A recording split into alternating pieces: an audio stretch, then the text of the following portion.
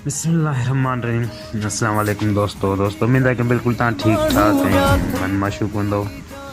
दोस्तों असां तव्हांजे पेश ख़िदमत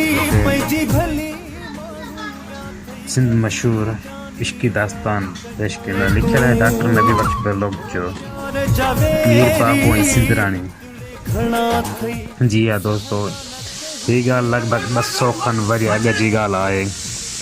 सिंध में मियां ग़ुलाम शाह करोड़ जे हुक्म जो आख़िरी दौरो सिंध जे क़दीम तारीख़ी शहर ठरी जे आस पास वारो इलाइक़ो सरसब्ज़ ऐं आबाद हो।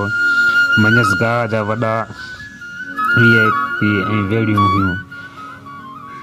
उन भेणे अडाजनि जा भाण मशहूर हुआ। ये वॾा भाॻिया माण्हू हुआ। खीर मखण जा वटनि कमी कान हुई, पर संदन राज जे चङे मुड़ुस खे औलाद ई कोन थींदो हो। जी करे सभु ॿाणका हुआ। आख़िरकार हिनखे हिकु धीउ ॼई। जीअं त राज वारनि मिड़नी अची मुबारक ॾिनी। वॾेरे सभिनी खे चयो, अदा भली आयो, घणी पुट ॾे हा पे अवां जूं मुबारकूं मन लॻनि हा।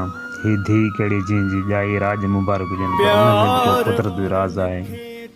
वॾेरे पंहिंजी धीउ जो नालो मरियम थे रखियो, पर हू अहिड़ी त सुहिणी सदा मलूक हुई जो संदसि नालो फिराए सोनियत रखियाऊं ऐं खेसि लाॾो कोॾ सां मटाइण लॻा। उनखां पोइ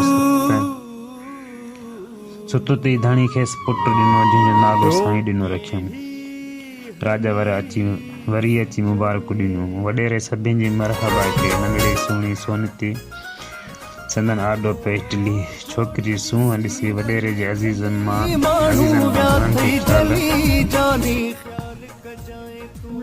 घणनि खे ख़्यालु थियो त हू खांसि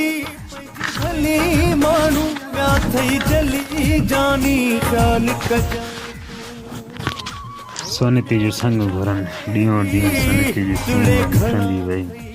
ज़रा वॾड़नि थे त सहेलियुनि सां तला ते वञी विंदरंदी हुई। सहेलियुनि जी सांस घणी प्रीत हुई ऐं हू पिणु संदसि सूंहं सुहबत ते हैरान हुयूं।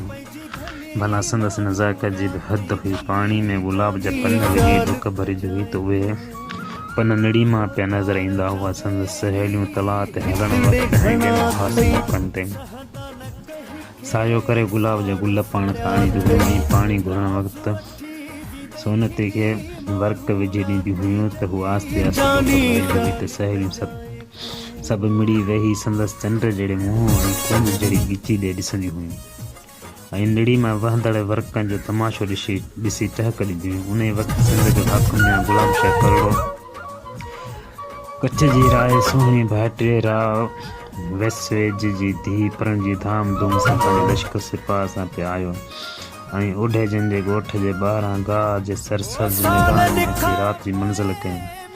ॻोठ ॻोठे ॿार जी वात में उहा ई वाई हुई त मियां साहिबु सूंहं भरी सिंधराणी परणजी आयो आहे।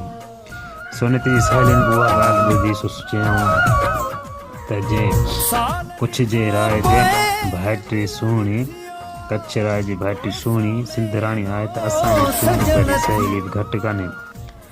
सो पाण में पह करे पंहिंजी सहेली खे सोनती सॾण लॻियूं।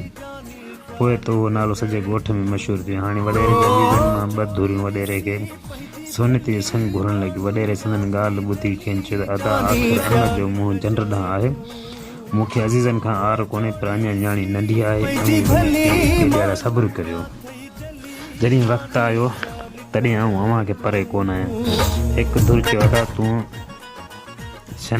शांती ॻाल्हि सुठी ॻाल्हि कई आहे ऐं जीअं चवीं थो तीअं कंदासूं। पर ॿी धुर वॾेरे खां रंज थी उथी चई, तूं असांखां आर थो करीं, हाणे असीं तो ते हाकिम चाढ़े ईंदासीं। सोनती जी उमिरि उन वक़्तु 8 साल खनि हुई, पर ओड़े पाड़े संदसि सूंहं जूं पचारूं पे हलियूं।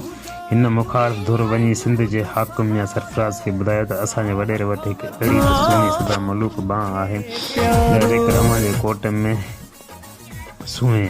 उन वक़्तु में सरफराज़ कच्छ ऐं गुजरात ते चढ़ाई करण लाइ संभरियलु हो। हिन माण्हुनि सलाह ॾिनसि त असांजे ॻोठ वटि साॻी उन जाइ ते मंज़िल करे ग़ुलाम शाह जी लथो हो। ऐं पोइ वॾेरे खे सॾाए सिंघण लाइ चयो। मियां सरफराज़ खे दिलासो ॾेई रवानो कयो। मियां साहब वरी लश्कर सिपाह साण करे कच्छ ते चढ़ियो त साॻी उन ई जाइ ते अची मंज़िल कयईं। सुबुह जो मियां साहब अकेले सिर पंहिंजी छावणी मां ॻोठ वारे तलाउ ॾांहुं पसार करण लाइ वियो। उन वक़्तु सोनती पिणु पंहिंजी सहेलियुनि सां तलाउ ते पाणी भरण आई हुई। मियां साहब सूंहं भरी सोनती खे ॾिसंदे ई सम्झी वियो त लाश हिकु वॾेरी धीउ आहे। प्यार ऐं मुहबत सां छोकिरी सां ॻाल्हाईं। जिन चयसि त असीं ओढे जा आहियूं, हीअ असांजे वॾेरे जी धीउ आहे, असीं खे सिंध सोनती छॾींदा आहियूं। मियां सरफराज़ वरी पंहिंजी छावणी ॾांहुं मोटी दिलि में पको इरादो कयो त अॼु हुन छोकिरी खे आउं पंहिंजी सिंध राणी कंदुसि। छावणी में अचण बैदि ॻोठ जा सभु चङा मुड़ुस वॾेरा संदसि शाम सलाम ते आया। असां मिली सभिनी खे मोकिलींदा बाक़ी सोनती जी पीउ वॾेरे खे तरसाईं ऐं पोइ खुलासो वेही खां संग जी तलब कई। वॾेरे हथ ॿधी अर्ज़ु कयो, साईं हर को पंहिंजे लॼे कॼ वारो आहे, असां पंहिंजे राज खां ॿाहिरि संग कोन ॾियूं। मूंखे हिकु मुखालदुर ताज़ो दड़को ॾिनो हो त तो ते हाकम चाढ़ींदासीं। हाणे तूं असां ते हला कान कई आहे, पर मां ऐं इज़त सां घुरियो आहे। तूं मुल्क जो बादशाह आहीं, तुंहिंजा उहे लाइक़ ॾिसी ऐं तोखे सोनती संग ॾियण जो वाइदो कयां थो, पर छोकिरी अञा नंढी आहे। जॾहिं वक़्तु आयो तॾहिं तूं मूंखे संभालजांइ। मियां सरफराज़ उहा ॻाल्हि क़बूल कई। वॾेरे खे इज़त ऐं मान सां रुख़्सत कयईं। मियां सरफराज़ खे सोनती जी सूंहं मोहे विधो हो। कच्छ फतह करण लाइ चढ़ी निकितो हो ऐं सोनती जी संग मिलण वारी ख़ुशी खे पंहिंजी पहिरीं फतह मञी। पहिरें सोण सवलो थियो सो न रुॻो कच्छ जे राय संदसि ठाड़ मञी, पर मियां साहब गुजरात ऐं हुते जे राजवाड़नि खे बि वञी मुतहद कयो। अबू जबल ऐं शेरवई जे राजाउनि सां नाता